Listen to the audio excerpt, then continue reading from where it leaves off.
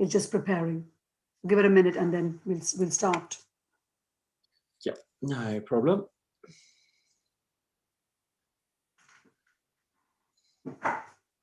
Another 10 seconds and I think we should be ready to go. Okay. Perfect. I think we are live now. Right. Perfect. So welcome everyone.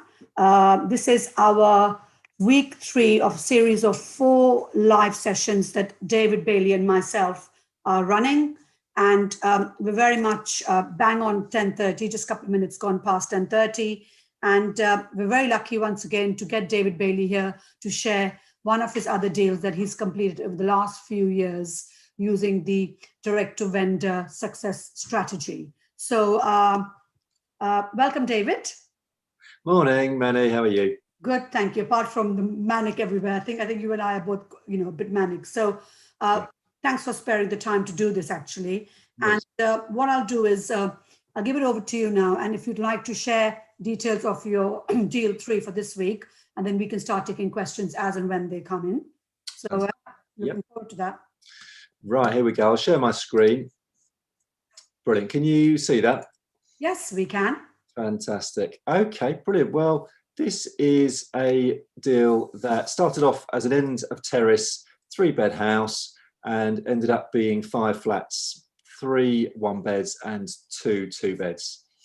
And we wrote to this house, and it was one of those ones we were on the fence on. We thought, is this going to work or not? Because when you look at the plan, I don't know if you can see my cursor here. This is the property here, number 61. It's got a really weird shaped back garden, but it's got a really good lump of garden on the side here. What they've almost missed off the garden here has been put on the side. You often find that in sort of ex-local authority areas. The corner plots are really good sizes. And we looked at it initially and thought, there's probably not that much space here because, the building's taking up most of the plot. Really, you can't come across in front of this building line here on the road that's perpendicular to the terrace we're on.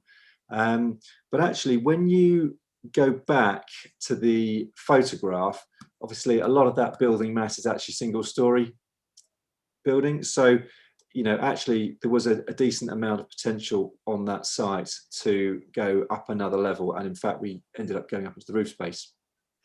So just a quick question on that. That looks like an interesting corner plot, actually, to be fair. And so roughly you think what would be the measurement from the one end of the, start of number 61 to the end? I mean, is it 10, 15 square meters roughly, or? I think we've got probably 8, 4, 12. I'd say we've got about 25 meters from here where my cursor is to here. Yeah. But don't quote me on that. It's just plot, actually, isn't it? Yeah. It's about 450 square meters in total, I think. Yeah. So I find in this particular area, probably 400 square meters plus gives you a decent plot where you can get a decent house and add one on the end, whether you're putting an additional house on or whether you're reconfiguring as flats. That's so 2 houses. I think, guys, this is very, very important stuff that David is sharing, and it's very generous of him to do that. 400 square meters in a residential built-up area. I'd say minimum plot size for creating a +1 strategy. Is that correct, David? That's about right. Yeah, obviously it always depends on context. Here we're looking at quite sort of well-spaced 2-story houses. If you're, in a city centre area, you might get a better density. If you're in a much more suburban area, then it's going to be obviously more spaced out, and you have to kind of match the character of what's there. But that's the average, right, for a site, for like a resident. It's like this is a residential, regular suburban area, typically. That's right. Yeah. Cool. That's important. Okay. So what we had when we bought the property was, a bog standard 3-bedroom house. So you can see 3 bedrooms and a bathroom upstairs, dining room, kitchen there, downstairs, and a lounge which had been built on the side to give some extra living space. What we were able to do through planning, which was a bit of a back and forth process, it was a bit of a slog, but we got there in the end. We reconfigured it to this. So let me just sort of guide you through which is which. this bottom left is the ground floor plan. Yeah. So this was the existing house, Yeah. which was reconfigured as a one-bed flat. Yeah. Then this was all new build here, because we took down the single-story extension that was here. Yeah, which was the original lounge, basically, right? That's right. That's right, exactly. Yeah, that all came down, and we built a two-bed flat there. What we then did is we got a doorway there, up a communal stair in the middle. Yeah. That goes up to the first floor, and here you've got a one-bed flat on this above side. Yeah. And a two-bed flat on this side, and we were able to put a balcony on that one because it's got a really nice view out over the park actually here. Yeah. And then, you know, the cherry on top really took quite a lot of sort of toing and froing and clever design work, but we did get a set of stairs up here, and then we used the roof space here spread across both, you know, the flats below, the one bed and the two bed, to create a dormer area here. You can see the dormer there on the roof plan. A couple of veluxes at the back there. That was a sort of a vaulted bedroom space there. So we've got a nice one bed in the roof space there. So that's a very interesting point you make, and you've got a really good design here. But do you think, because you know I'm in the midst of doing something similar, and we submitted another planning application in for a block of garages yesterday.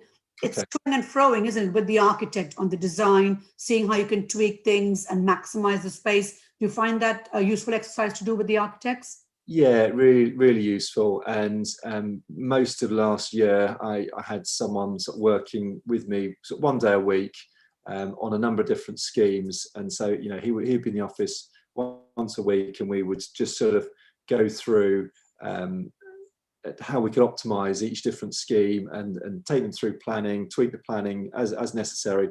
And that was a really useful process because, you know, if you've got an architect, you just sort of say, right, can I have some drawings, please? Then, you know, you get a set of drawings, and then there's a set fee for that set of drawings. And hang on, what if I want to sort of tweak these around? That's, you know, you're going back and forth a lot. So that flexibility was great to have, to be honest. I think, you know, what I'd like to say on the call as well is don't be afraid to, you know, give feedback to your architects. And we've got a great team of architects we work with now. And you know, they're good with feedback. They take it on board, and obviously, if they can't make it work, they tell us. But otherwise, they're happy to admit, oh, we missed this out, or yeah, actually, you know, you got a point there. We can add this on.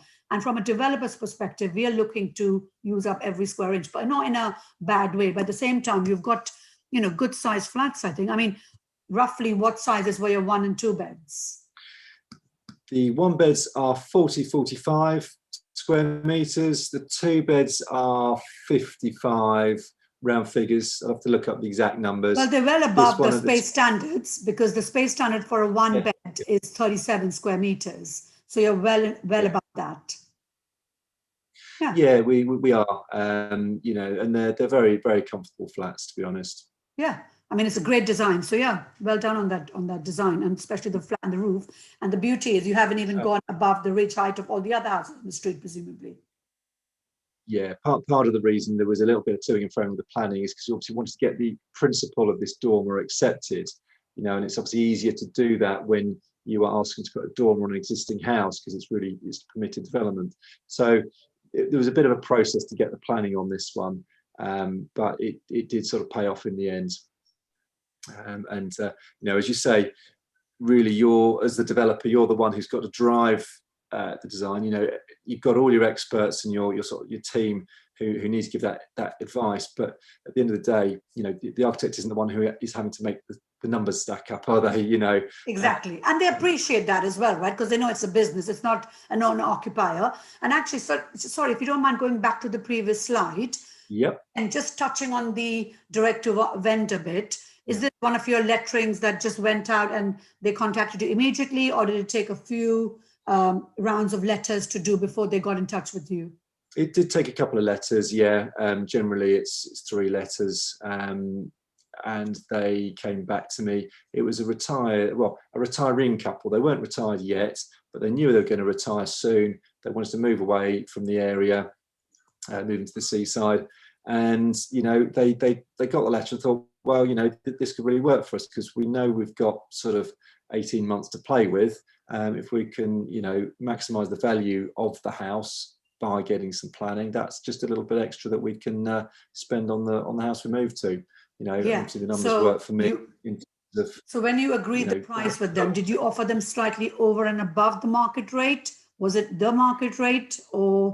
probably a little, it was probably a little bit above what they've got on the market at the time. The market was strong at the time, and you know, so yeah, it was a good price for them. Yeah, certainly. But obviously we got the certainty that we had planning for massively increasing the value. I'll come to the numbers at the end. Sure. Massively increasing the numbers on that property, so it was worth that money to us because we took away the uncertainty. You know, we give it 18 months, we probably could have bought that on the market, maybe sort of 15, 20, 30 grand cheaper, but we'd have had to buy that unconditionally, put in all our money at the beginning, with the uncertainty that we're going to have to hold that property until we got the planning we wanted. As it was, we were able to pay a little bit more for that property on day one, but we'd already got the planning we wanted. So we'd kind of taken away a huge layer of uncertainty. Yeah, absolutely. And, you know, as you said, you would have had to get a buy-to-let mortgage in this case. But then obviously there's a whole of outlay, 25% deposit up front and what have you, right? That's it. Yeah. So and that's blocked for however long it takes to get planning. That's it. Yeah. And, you know, so yeah, there's a much more efficient way of doing things. And also just to touch on that, I did my first development deal in Reading using that formula. So we bought a house on a buy-to-let, and it was very tricky afterwards then to convert that into a development loan, not least because we were first-time developers from ground up back then. That was one of the sticky points. Yeah.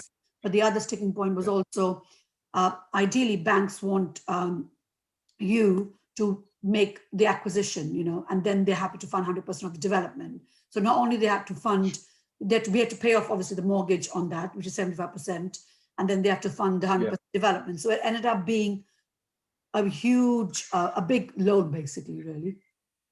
Yeah. No, I'm totally with you there, because I've done the same thing myself. You know, my early developments were bought speculatively, you know, buy-to-let mortgage. We then used that time to get the planning, which is great because you can learn the process, and it's a very low risk way to get into development, isn't it?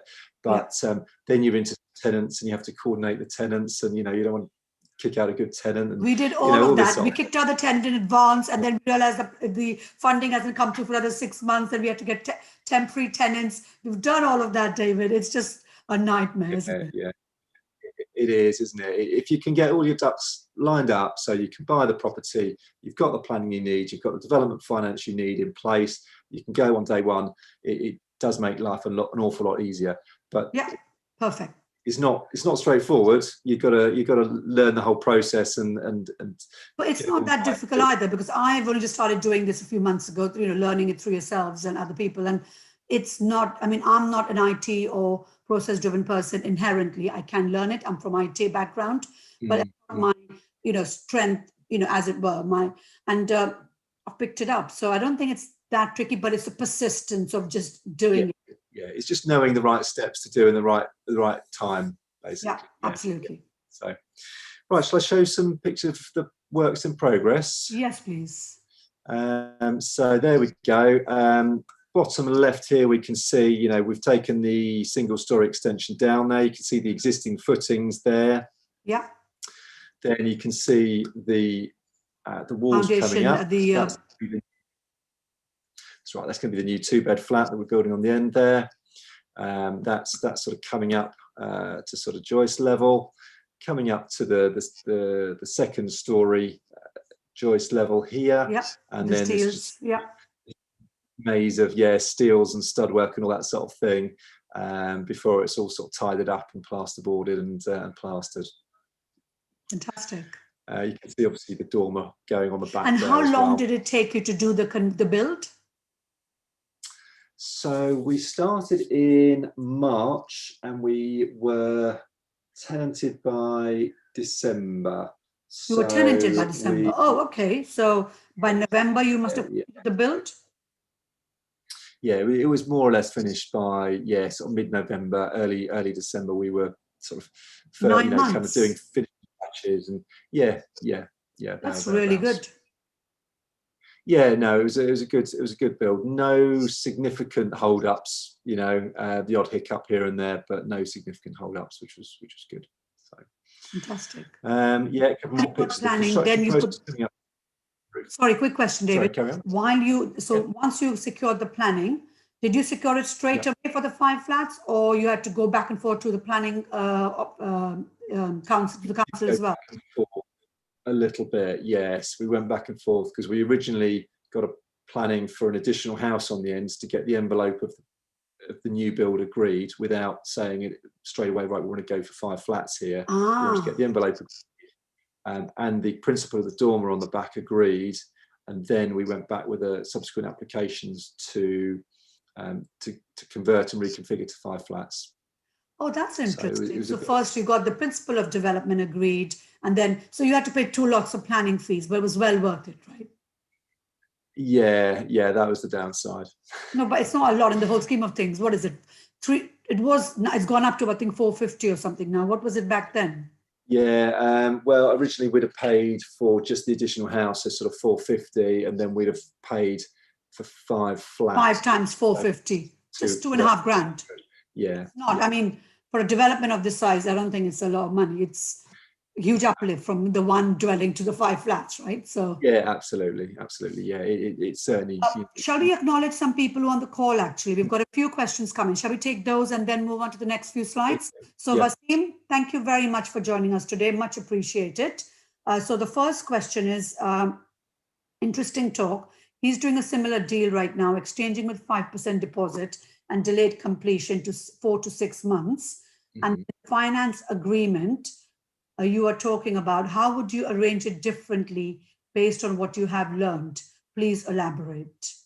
So I think what he's doing is he's exchanging so I'm just going to ask him a few more questions. He's exchanging on a deal right now with a 4 to 6 months delayed completion. So I'm going to ask him about the planning, I guess. What is he? Yeah, I think that's the question, isn't it? I'm assuming you're exchanging subject to planning for whatever you're planning to do. You're going to have 4 to 6 months to get that planning. During that time, there's quite a short space of time to do that. If it's a straightforward scheme, that might be okay. But let's ask him what the scheme is first. So I will wait for him to respond. But Wasim, please, if you can just respond with giving a bit of. Okay, so yeah, so it's subject to planning, and what is this proposed scheme basically? Yeah. Because I think the thing that is quite important is you think when you've got that bit of paper saying you've got planning that right, you're off, you can go and get your development finance, but actually there's a heck of a lot of work to do between getting planning and the finance company giving you development finance. Yeah, sorry about that, David. He's saying that he's doing a HMO. Okay. Why would you need subject to then? Is it Article 4? Sui generis, perhaps? So he does need full planning? Or? No, he's saying permitted development, 5 HMO room. Okay. 5-room HMO, but okay. So is this an extra house then? Extra. Yeah. Maybe if he's looking to, he's looking to sort of buy the deal, do the refurb, and then refinance onto a commercial product at that stage. Maybe that's why his yeah, because why would you need to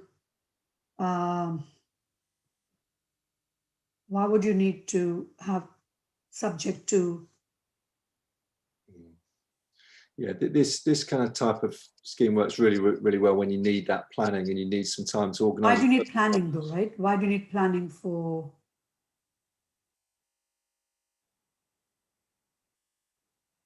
Yeah. Oh, David, he's saying you're right. What, did you just say something?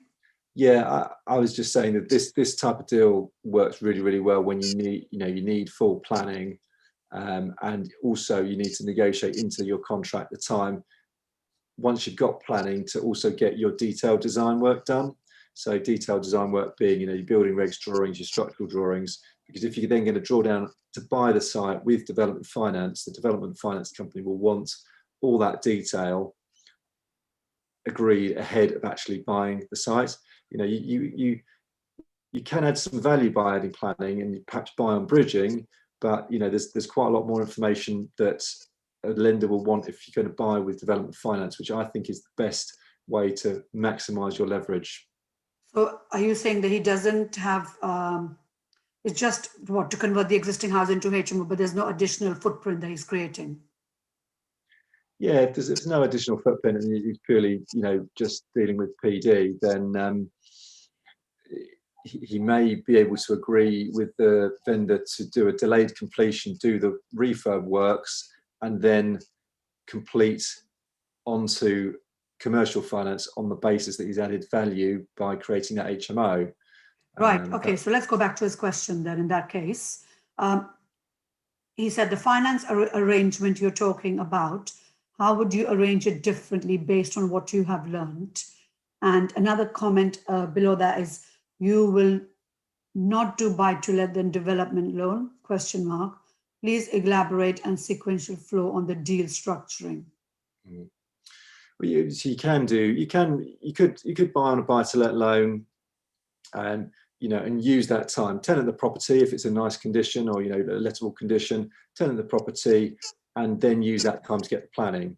But the issue is you've put a chunk of money in there. You put 25% deposit in on day one. He's putting in 5%, he said, and he said he's not doing planning. So if it's under HMO permitted development, he still managed to get. So I think what he's doing, he's just buying a 3 or 4 bedroom house, converting it into a 5-bedroom HMO under permitted development, right? So no planning, but he has agreed to do a delayed completion. But maybe the reason is that he'll actually do the works between exchange and completion, presumably. Yeah, that would be a good way of driving some appreciation into the property before he actually kind of completes and buys the property, and with commercial finance.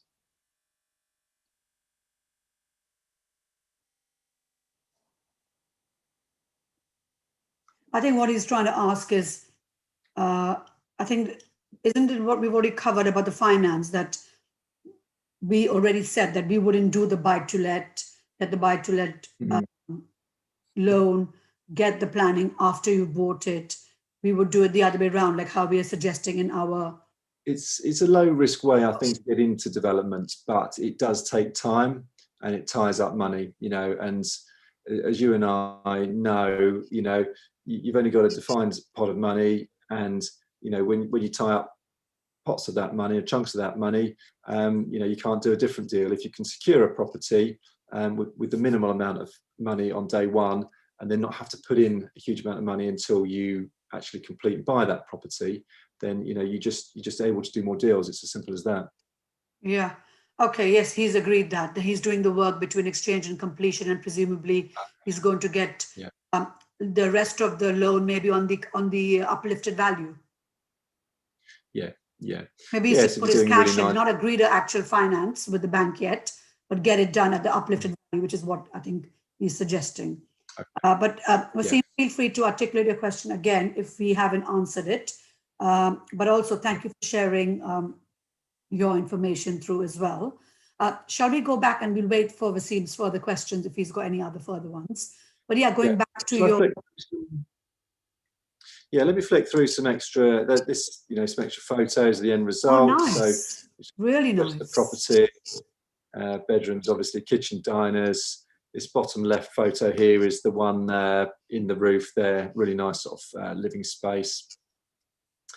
So yeah, that was the end results. Looking from the external view across the road, obviously here is the original house, and this is all the new element here. So the original house is 2 flats as well now, right? Yeah, the original house is flat on the ground floor, flat on the second floor, on the first floor, and then the flat in the roof is spread across the two, in the old and the new elements. With the dormer at the back, yeah. That's right, yeah, exactly. So you wouldn't really know it's there from the front, which is obviously what the planners want, but you can see it from the back. Great. So shall we go through the numbers then? Yeah, so initially purchased for 337. Our total development costs, including, obviously all the build costs, all the finance costs, 352. So we spent a total of 689 on the project, and it was revalued at 870. Brilliant. So it's yeah. about 80 grand. Hang on. So in terms of the cash in, how much cash did you put in? I would have to go back to my development lending on that one. I think we probably put in about 200. 200 of your own on funds, that one. yeah? Yeah, of our own funds. So don't quote me on this. I'd have to go double check. No, we're just looking for approximate, David, not exactly, because it's been a while, right? So it's not going to be exactly in memory, but 200 between you and your joint venture partner, or just you 200? Just me on this one. Yeah, it's a straightforward contract, and because I was holding the project long term, it wasn't a joint venture. But yeah, round figures, we probably put about 200,000 in to buy this one. So the development lender lent us 137, let's call it, round figures, to buy the site. Yeah. And then the full development costs, which are 352.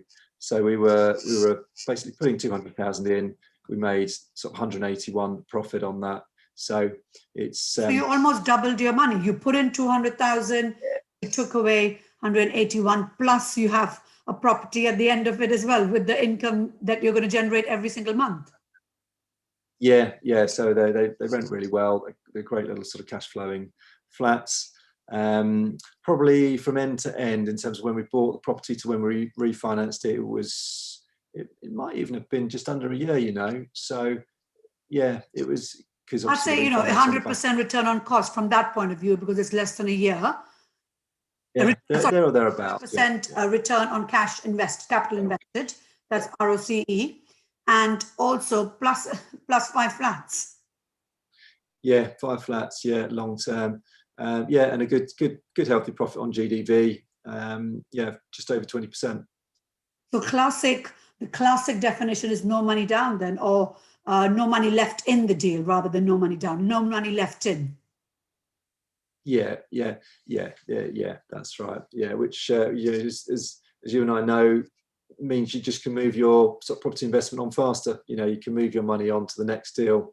That much you've got a bigger pot to move on to the next one, which is fantastic. Thank you for being really, really transparent, David, and sharing all your sort of numbers and stuff. And I think that's pretty much it. We don't have any more questions, but I think what I'll do is maybe wait for a minute or so and see if we've got any further questions. But just want to say a quick thank you to Vaseem for contributing today. Thank you, Avi, for joining in. And really interesting deal, David. I think this was done, just a quick to end the live, 2018, is that correct? It was built out 2019, finished at the end of 2019. Oh, so you literally almost just finished it this time last year. That's right. Yeah. Oh, wow. So you'd say, is this one of your better direct vendor deals, or at par with maybe the ones that you're doing? How do you sort of rate it? Yeah, that's really difficult actually. They're all different. So it's like sort of trying to choose a favorite child. You can't say that one's a favorite, but I do always like the ones where you can hold the asset long term. Absolutely. And not only have you taken your money out, but you're also sweating it every month. So it's infinite return because you've got no money left in the deal. Yeah. I think once we'd revalued it, so refinanced at 75%, there was a small amount of money left in. So I won't say there's no money left in, but that money will come back quite quickly in rental as cash flow. So just so that, so thank you, David, for that. So guys, thank you for joining us today on this call. We've done deal 3, week 3. We've got one more deal to cover, and that's going to be on the 31st of December. And so obviously it's Christmas next week, so we're going to miss that week out. Everyone's busy, hopefully, with family and what have you. But just to let you know that our direct-to-vendor success strategy course is definitely filling up now. And we've got your last opportunity to book on those courses, last few days to make your decision. But if you're looking for a sustainable process in your business to reach out to vendors and not looking to go through sealed bids, auctions, I know for a fact are going to be completely mental in the first week of January because of the new Class E permitted development. And I'm not sure, David, if you heard recently as well that there was a call from Ranjan Mark Smith, and it's about to do with stamp duty. So if you have the multiple dwelling relief, Yes. so I think the way it goes is if you've got at least one commercial property in your portfolio before you incorporate, you end up paying, I think, the very basic rate of stamp duty, 1%, I think it is. Okay. So that's another big, big massive pressure on auctions for people to buy, cheap properties up north, commercial properties to make their portfolios in a mixed use capacity. So I know auctions are going to be pretty mental in 2021. So guys, if you're looking for a system in your business to reach out directly to vendors, this is the right place. Please go to j6propertymeet.co.uk to book your place on it, and I will put it in the chat as well. Like I said, there's a few more spaces available, and we'd love for you to join. It's going to be a small, cozy group of about 25 people on the course, and we'll hopefully be able to give you some one-to-one on the day. And there's also a follow-up workshop on the 22nd of January as part of the bonus. Two other bonuses as part of the course is also a membership, a 14-day free trial to Nimbus, which is part of our key tool that we're going to use to find those deals and reach out to vendors, as well as a £180 discount to Nimbus if you do end up taking the annual subscription. So a lot of savings to make, but more importantly, if you're looking for a proven, tried and tested system to reach out directly to vendors and have exclusive access to them, this is the right course for you. It's definitely one-off and exclusive. And to be fair, David and I are really busy with deals in the pipeline. And I know David particularly has 4 deals actually in 2021. I've got a couple. So take this opportunity, take action, and hope to see you on the course. So thank you, David. Really, really do appreciate it. I'm going to stop the live